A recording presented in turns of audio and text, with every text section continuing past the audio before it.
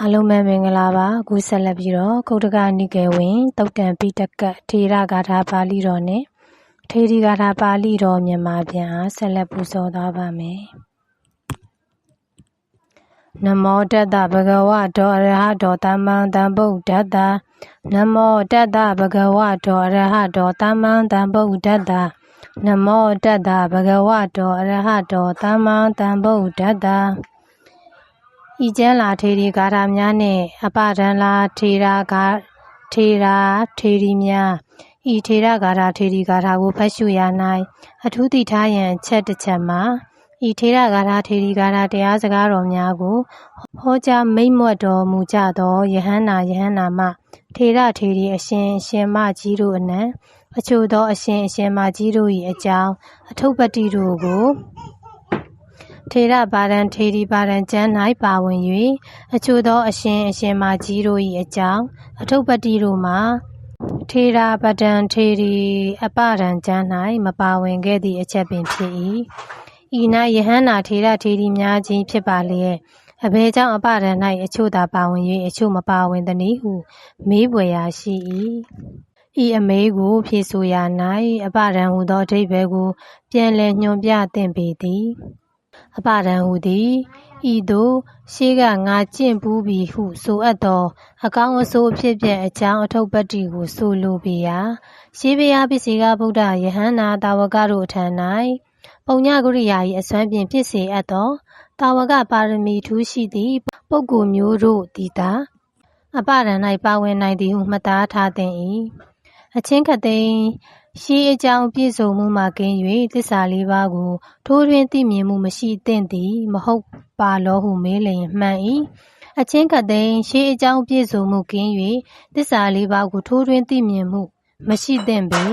သို့သောအပဒံဝင်ပုဂ္ဂိုလ်တို့အားအလွန်ထူးချွန်မြတ်မားသောရှေးအကြောင်းပြည့်စုံမှုရှိရပေမည်အချင်းခသိန်းရှေးအကြောင်းပြည့်စုံမှုမကင်းတော်လဲအလွန်ထူးချွန်မြတ်မားသောရှေးအကြောင်းပြည့်စုံမှုမရှိလျင်အပဒံပါဠိတော်၌မပါဝင်နိုင်ပေထိုရှေးအကြောင်းပြည့်စုံမှုဥပနိဒယတံပတ္တိအတွက်ဖြည့်ကျင့်ရပုံကျိုးပန်းအားထုတ်ရပုံတို့ကိုထေရပဒံပါဠိတော်မြန်မာပြန်ကျမ်းမှတ်ဖွယ်၌အကျယ်တွင်ဝင်ရေးသားခဲ့ပြီဖြစ်၍ဤ၌ရေးသားရန်လိုတော့သည်မည်မဟုတ်ပေထေရဂါထာထေရဆိုင်ရာမှတ်သားဖွယ်ရာများဤထေရဂါထာထေရီဂါထာကျမ်း၌ထေရအပိုင်းထေရီအပိုင်းဟူ၍နှစ်ပိုင်းခွဲခြားကမှတ်သားဖွယ်ရာများကိုအမွတ်မျှတင်ပြဦးအံ့ထေရဂါထာပါဠိတော်၌သူပုတ်ထေအစဝင်ဂီတထေအစုံမထေပေါင်း264ပါးတို့၏တရားစကားတော်များပါရှိ၏ထို264ပါးသောယဟန္နာမထေတို့သည်မြတ်စွာဘုရား၏တာဝက၏အဖြစ်ဖြင့်တစ်မျိုးတည်းသာဖြစ်လေ၏ထို့အတူအတိခ၏အဖြစ်စသည်ဖြင့်လည်းတစ်မျိုးတည်းသာသည်ဧဟိဘိက္ခုအဖြစ်ဖြင့်ယဟန်ပြုခြင်းဧဟိဘိက္ခုအဖြစ်မဟုတ်ဘဲယဟန်ပြုခြင်းအပြင်ကနှစ်မျိုးပြားကုန်၏ဧဟိဘိက္ခုယဟန်ဟူသည်မြတ်စွာဘုရားကဧဟိဘိက္ခုယဟန်လာလဲဟုမွတ်ကြားယုံများဖြင့်ယဟန်အဖြစ်သို့ရောက်သောယဟန်မျိုးဖြစ်၏မြတ်စွာဘုရားသည်ဧဟိဘိက္ခုယဟန်အဖြစ်ဖြင့်ဖြစ်ရမည်ဥပနိဒယနှင့်ပြည့်စုံသောပုဂ္ဂိုလ်ကိုတွေ့လျင်နီလွင်သောပန္တကူသင်္ကန်းဤအတွင်းမှရွှေအစင်းနှင့်တူသောလက်ရာလက်မောင်းတော်ကိုထုတ်၍ဗမာမင်း၏အတန်တော်ကဲ့သို့သောအတန်တော်ဖြင့်ဧဟိဘိက္ခုစရဗမစရိယံတမ္မာဒုက္ခတအန္တကိရိယာယဟုမွတ်ကြားတော်မူ၏ထို့သို့မြတ်စွာဘုရားကဧဟိဘိက္ခုခေါ်ခံရသောယဟန်အားမြတ်စွာဘုရားမွတ်ကြားခေါ်ဝေါ်သည်နှင့်တပြိုင်နက်သာလျင်လူ၏အသွင်သည်ကွယ်ပြောက်၍ယဟန်၏အသွင်သည်ပေါ်ပေါက်လာလေ၏ဥပြင်းကောင်းတုံးပြီးဖြစ်၍ဖန်ရည်ဆိုးသောအဝတ်ဖြင့်တထည်ကိုဝတ်တထည်ကိုယုံလျက်တထည်ကိုပခုံး၌တင်ကလက်ဝဲပခုံးစွန်း၌ကြာညိုအစင်းနှင့်တူသောမြေတပိတ်ကိုလွယ်ပြီးဖြစ်လေ၏သင်္ကန်းတပိတ်စသောပရိက္ခရာတို့ကိုလွယ်ကဝါတော်60ရပြီးသောမထေကြီးကဲ့သို့ကြည်ညိုဝဲသောအရိယာပုဒ်တို့ဖြင့်ပြည့်စုံစွာသာလျှင်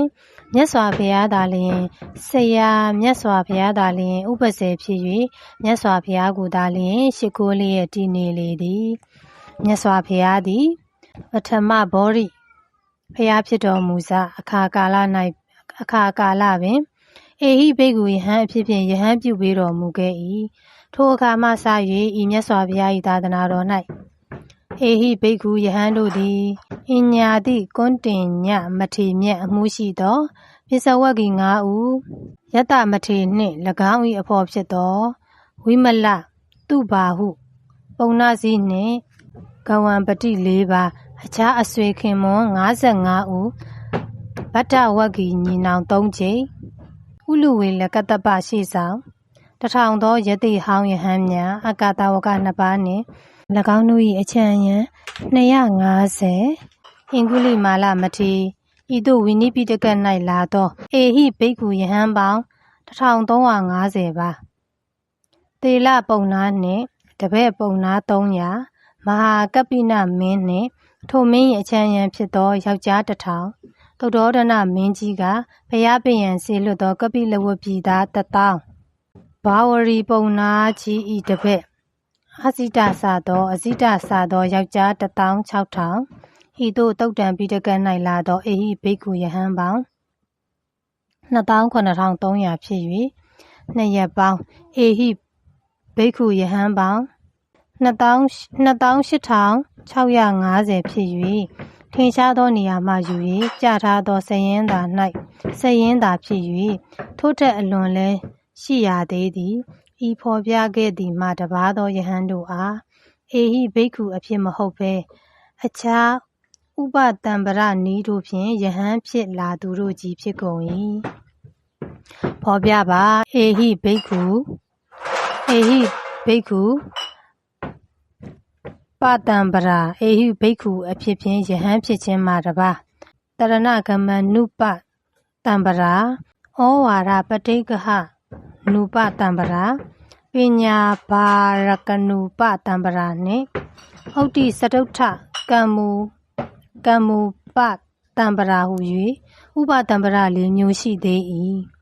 ထို4မျိုးတို့တွင်တရဏဂမနုပတံပရာယဟန်အေဟိဘိက္ခုတံပရာယဟန်တို့အားအေဟိဘိက္ခုအဖြစ်ဖြင့်ယဟန်အဖြစ်ခွင့်ပြုတကဲ့သို့ပင်တရဏဂုံ3ပါးဖြင့်ယဟန်အဖြစ်ခွင့်ပြုတော်မူ၏ဤသို့တရဏဂုံ3ပါးဖြင့်ယဟန်အဖြစ်ခွင့်ပြုသည့်အတိုင်းဖြစ်လာသောယဟန်များကိုတရဏဂမနုပတံပရာယဟန်ခေါ်ဆိုရလေသည်ဩဝါဒပဋိက္ခနုပတံပရာယဟန်အရှင်မဟာကတ္တပအားမြတ်စွာဘုရားကတတမတိဟတေကတ္တပဧဝံတိခိတပံစသောဩဝါဒ3ရပ်ကိုပေး၍ယဟန်အဖြစ်ခွင့်ပြုတော်မူခြင်းကိုဩဝါဒပဋိက္ခနုပတံပရာဟုဆိုရ၏ဤမြတ်စွာဘုရားသာသနာတော်တွင်အရှင်မဟာကတ္တပသည်သာတပါးတည်းသောဩဝါဒပဋိက္ခနုပတံပရာယဟန်ဖြစ်လေသည်ပညာဘာကရဏုပတံပရာယဟန်မြတ်စွာဘုရားသည်ပုပ္ပယုံကျောင်းတော်၌ဇင်းကျင်ကြွတော်မူရာမှတောပါကတာမဏီကိုဥဒ္ဓမာရကတင်ညာတိဝါတောပါကရူပတင်ညာတိဝါဣမေဓမ္မာနာနထာနာနာပြင်စနာဥရာဟုဧကထာပြင်စနာကေမေဝနာနံစသည်ဖြင့်အာတုဘနှင့်ဆက်သောပြဿနာတို့၌မေးသည်ရှိသော9နှစ်အရွယ်တောပါကတာမဏီကဥဒ္ဓမာရကတင်ညာတိဝါဘဂဝါရူပတင်ညာတိဝါဣမေဓမ္မာဧကထပြင်စနာမေဝနာနာစသည်ဖြင့်ဖြည့်ဆိုသောအခါတပ်ပိညုတဉာဏ်တော်နှင့်နီးနှော၍ဖြည့်ဆိုနိုင်ပေသည်ဟုနှစ်သက်တော်မူသဖြင့်မြတ်စွာဘုရားကထိုပြဿနာအဖြေဖြင့်ပင်ယဟန်အဖြစ်ခွင့်ပြုတော်မူခဲ့၏ဤသို့ပြဿနာမေးဖြေ၍ယဟန်အဖြစ်ခွင့်ပြုခြင်းကိုပညာဗျာကရဏုပတံပရာဟုခေါ်ဆိုရလေသည်ဩတ္တိစတုထကမ္မူပတံပရာယဟန်အရှင်ရာဓမထေမှစ၍ယခုခေတ်အထိညက်လျင်စတုထမြောက်က ကမ္မဝါစာဖြင့်ယဟန်ခံခြင်းကိုကညတ္တိစတုဋ္ဌကမ္မူပတံပရာဟု၍ခေါ်ဆိုရ၏ထိုမှတပါအဂတာဝကမဟာတာဝကပဂတိတာဝကအားဖြင့်၃မျိုးပြားကုန်၏ထို၃မျိုးနှင့်ဆိုင်ရာတိမှတ်စရာတို့ကိုထေရပဒံပါဠိတော်မြန်မာပြန်ပထမတွင်ကျမ်းဥမှတ်ဖွယ်၌ကြည့်ရှုကြပါကုန်ပฏิပဒါဟုဆိုရသောအကျင့်ပฏิပတ်ဆိုင်ရာအားဖြင့်ဒုက္ခပฏิပဒါဒန္တာဘိညာဒုက္ခပฏิပဒါခိပ္ပဘိညာဒုက္ခပฏิပဒါဒန္တာဘိညာဒုက္ခပฏิပဒါခိပ္ပဘိညာဟု၍၄မျိုးပြားကုန်၏ဆင်းရဲညှို့ညင်စွာကျင့်၍နှုတ်နှေးစွာသိမြင်သောပုဂ္ဂိုလ်ဆင်းရဲညှို့ညင်စွာကျင့်၍လျင်မြန်စွာသိမြင်သောပုဂ္ဂိုလ်ချမ်းသာလွယ်ကူစွာကျင့်၍နှုတ်နှေးစွာသိမြင်သောပုဂ္ဂိုလ်နှင့်ချမ်းသာလွယ်ကူစွာကျင့်၍လျင်မြန်စွာသိမြင်သောပုဂ္ဂိုလ်ဟု၍အဓိပ္ပာယ်ရ၏ဣန္ဒြေလွန်ကဲခြင်းအစွမ်းအားဖြင့်၅မျိုးပြား၏ထိုမြတ်စွာဘုရား၏တပည့်တာဝကတို့အားသစ္စာ၄ပါးကိုထိုးထွင်း၍သိခြင်း၌တူညီကြလင့်ကစားဣန္ဒြေလွန်ကဲထူးချွန်ရာ၌မတူကြပေဝက္ကလိမထေကဲ့သို့အချို့မထေတို့သည်တတ္ထိန္ဒြေလွန်ကဲ၏ကောလိဝိသမဟာသောနမထေကဲ့သို့ဝရိယိန္ဒြေလွန်ကဲ၏သောပိတမထေကဲ့သို့အချို့မထေတို့သည်တတိန္ဒြေလွန်ကဲ၏သုလပန္ထကမထေကဲ့သို့အချို့မထေတို့သည်တမဒရိန်လွန်ကဲ၏အာနန္ဒာမထေကဲ့သို့အချို့မထေတို့သည်ပညိန္ဒြေလွန်ကဲ၏ဤနေရာ၌၅မျိုးပြားသည်မှာရှေးအဖို့၌ရအပ်သောထူးခြားမှုအစွမ်းဖြင့်သာဆို၏အထက်မက္ခဏ၌မူဣန္ဒြေ၅မျိုးစလုံး၌ပင်ထူးခြားမှုမရှိကြသဘောအားဖြင့်အတူတူပင်ဟုယူဆကြရ၏ထို့အတူပင်ပါရမိပ္ပတ္တ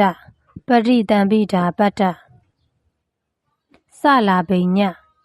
တေဝိဇ္ဇာနတေဝိဇ္ဇနှင့်ဒုက္ခဝိပတ္တကဟု၍၅မျိုးပြားသေးသည်ပါရမိပ္ပတ္တယဟန္တာထိုတွင်အရှင်သာရိပုတ္တရာအရှင်မဟာမောက္ကလံတို့ကဲ့သို့တာဝကပါရမီဉာဏ်၏အထွတ်အထိပ်သို့ရောက်ကုန်သောယဟန္တာပုဂ္ဂိုလ်တို့ကိုပါရမိပ္ပတ္တဟုခေါ်ဆိုရကုန်၏ပရိတံပိဓာပတ္တယဟန္တာအထပရိတံပိဓာအကြောင်းကြောင့်ဖြစ်လာသောအကျိုးတရားစုနိဗ္ဗာန်ပါဠိတော်၏အနက်သဘောဝိပဿစိတ်ကရိယာစိတ်၎င်း၅ပါးသောတရားစုကိုပိုင်းခြားဝေဖန်၍သိသောဉာဏ်ဓမ္မပရိတံပရာမိအကျိုးကိုဖြစ်စေသောအကြောင်းတရားဟုသဖြင့်အရိယာမတ်၄ပါးပါဠိတော်အစဉ်ကုသိုလ်အကုသိုလ်၎င်း၅ပါးသောတရားစုကိုပိုင်းခြားဝေဖန်၍သိသောဉာဏ်နိရုဒ္ဓိပရိတံပိဓာဆိုခဲ့ပြီးသောအထ၅မျိုးဓမ္မ၅မျိုးတို့နှင့်ဆိုင်သောတတ္ထာပုပ္ပတ်10ပါးတို့ကိုကျွမ်းကျင်နားလည်သောဉာဏ်ပရိဘာဏပရိတံပိဓာဆိုခဲ့သောပရိတံပိဓာ၃ပါးလုံးကိုထူးတွေကွဲပြားပိုင်းခြားဝေဖန်၍သိသောဉာဏ်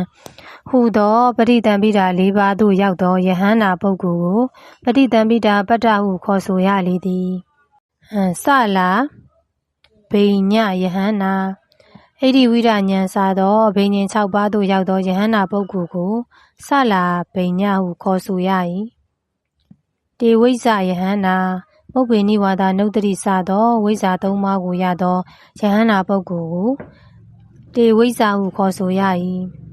ဒုက္ခဝိပတ္တကယဟန္တာခဏိကတမာတိမြ၌တည်၍ဝိပဿနာကိုဖြစ်စေသောဇံမယာဘက်အထက်မှတ်တို့ကိုရရှိသောယဟန္တာပုဂ္ဂိုလ်ကိုဒုက္ခဝိပတ္တကဟုခေါ်ဆိုရလေသည်ဤသို့စသည်ဖြင့်ယဟန္တာယောက်ျားတို့ကိုဝေဖန်မှတ်သားအပ်ပေ၏ထေရီများနှင့်ဆိုင်သောမှတ်သားဘွယ်ရာများထေရီဟုဆိုအပ်သောယဟန္တာမတို့အားယဟန်ယောက်ျားတို့ကဲ့သို့အေဟိဘိက္ခုအဖြစ်လုံးဝမရှိ၍ဤနေရာ၌လျင်းပါဝယ်ရှိနေပေသည်ထေရီဂါထာပါဠိတော်ဗတ္တာကုန္ဒလကေတာထေရီဝတ္ထုတွင်နိဟစ္စဇာနုံဝိန္ဒိတ္တရာတမ္မုခာဣဇလိန်အကံအေဟိဗတ္တိတိမံအဝဆဘာမေအာတုပတံပရာငါသည်ဒုနှစ်ပတ်ကိုထောက်၍ရှိခိုးပြီးလျင်မျက်မှောက်တော်၌လက်အုပ်ချီခြင်းကိုပြုပြီးမြတ်စွာဘုရားသည်ဗတ္တာလာလောဟုငါကိုမိန့်တော်မူ၏ ထို့သောမိန့်တော်မူခြင်းသည်ငါအားပဇင်းဖြစ်ကြောင်းဖြစ်ခဲ့ရပါ၏ဟု၍၎င်းထိုဗတ္တကုန္ဒလကေတာထေရီ၏အပဒံတွင်အာယာစီတောတရာအာဟအေဟိဗတ္တေဟိနာယကောတရာဟံဥပတံပန္နာပရိဒံတောယမတ္တတံထိုအခါငါသည်ရှင်အဖြစ်ယဟန်အဖြစ်ကိုတောင်းပန်ခဲ့၏ထိုအခါမြတ်စွာဘုရားသည်ချစ်သမီးဗတ္တာလာလောဟု